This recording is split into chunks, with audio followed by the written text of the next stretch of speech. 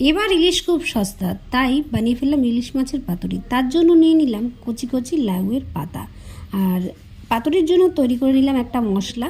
এখানে আছে 2 চামচ সর্ষে, হাফ চামচ জিরে, 1 ইঞ্চির মতন আদা, সঙ্গে একটু হলুদ, সর্ষের তেল, এটা আমি মেখে নিয়েছি এবং লবণও দেওয়া আছে তাতে, আর কিছু কাঁচা লঙ্কা।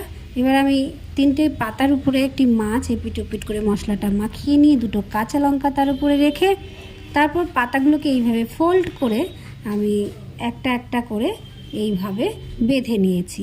এখানে আমি বেঁধে নিয়েছি এই কারণে যাতে পাতাগুলো ছুটে না যায় বা খুলে না যায় তার জন্য।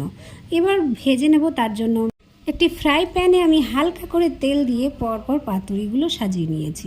আমি এখানে তেলটাকে একটু অ্যাভয়েড করতে চেয়েছি, কারণ আমার বাড়িতে কোলেস্টেরলের রুগী রয়েছে, আর তার জন্য আমি তেলটাকে একটু অ্যাভয়েড করি, আর সেই জন্য আমি হালকা জল দিয়ে পাতাগুলোকে সিদ্ধ করে নিয়েছিলাম। আপনারা চাইলে এখানে তেলেও ভেজে নিতে পারেন, সম্পূর্ণটা তেলে ভেজে উঠাতে পারেন।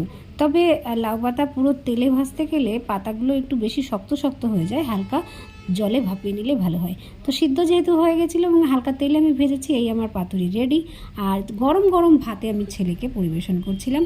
ও ইলিশ মাছ যেহেতু ছোটো ছোটো কাটা, তার জন্য তাকে আমি খুলে পাতাটা এবং মশলাটা মেখে একটা মাখা তৈরি করে দিচ্ছিলাম। তো মাখাটা কমপ্লিট করে দিয়ে ওকে একটু ভাতও মেখে দিলাম। এবার ছেলের রিয়াকশানটা দেখে নিই কী। আর হ্যাঁ, সঙ্গে বলে রাখি, রান্নাটা কেমন লাগলো কমেন্ট করতে কিন্তু একদম ভুলবেন না। ভালো হয়েছে।